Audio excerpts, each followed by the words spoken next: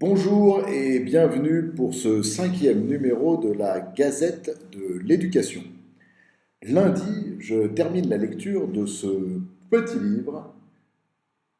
Voilà, Je suis né un jour bleu de Daniel Tammet.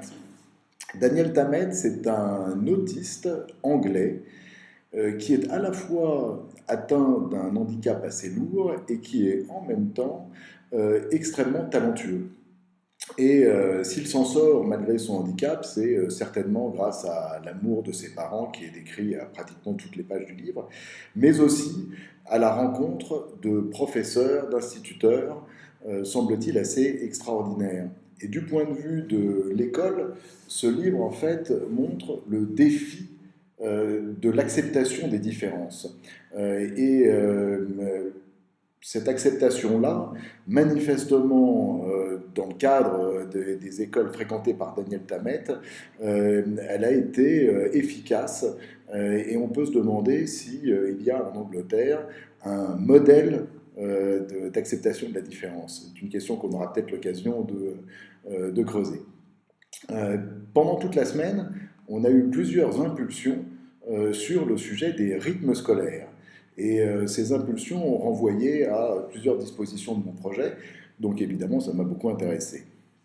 La première de ces impulsions, c'est qu'on a reçu une étude des chercheurs de la Harvard Medical School, et cette étude montrait qu'on apprend mieux si on fait la sieste tous les jours.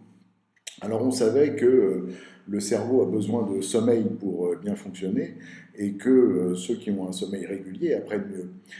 Mais les chercheurs en question ont démontré que ceux qui font la sieste 20 minutes chaque jour apprennent mieux que les autres. Et ça m'a intéressé puisque dans le projet de Collège Playback, eh bien, il y a dans les locaux un lieu spécial pour faire la sieste après le déjeuner. La deuxième impulsion, c'est que l'Institut Montaigne a produit une série de recommandations pour lutter contre l'échec scolaire. Et ces recommandations, là encore, reprennent deux dispositifs de notre projet. Premièrement, il suggère que la semaine soit une semaine de 5 jours qui inclut le mercredi et exclut le samedi. Et deuxièmement, il suggère que l'année scolaire soit allongée de 2 semaines prises sur les grandes vacances.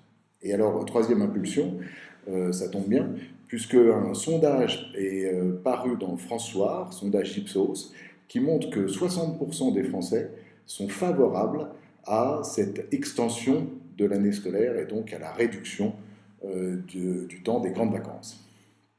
Et enfin, jeudi, j'ai participé à une réunion de parents d'élèves qui étaient venus tester un projet de lycée innovant en internat. Et juste une anecdote, l'une des mamans a fait cette remarque étonnante, elle a dit « Si on gagne au loto, la première chose qu'on fait, c'est qu'on va s'installer en Angleterre. Et on va s'installer en Angleterre pour pouvoir mettre nos enfants dans une école anglaise. » Décidément, il va falloir creuser l'idée d'un modèle anglais de l'éducation. Merci et à la semaine prochaine.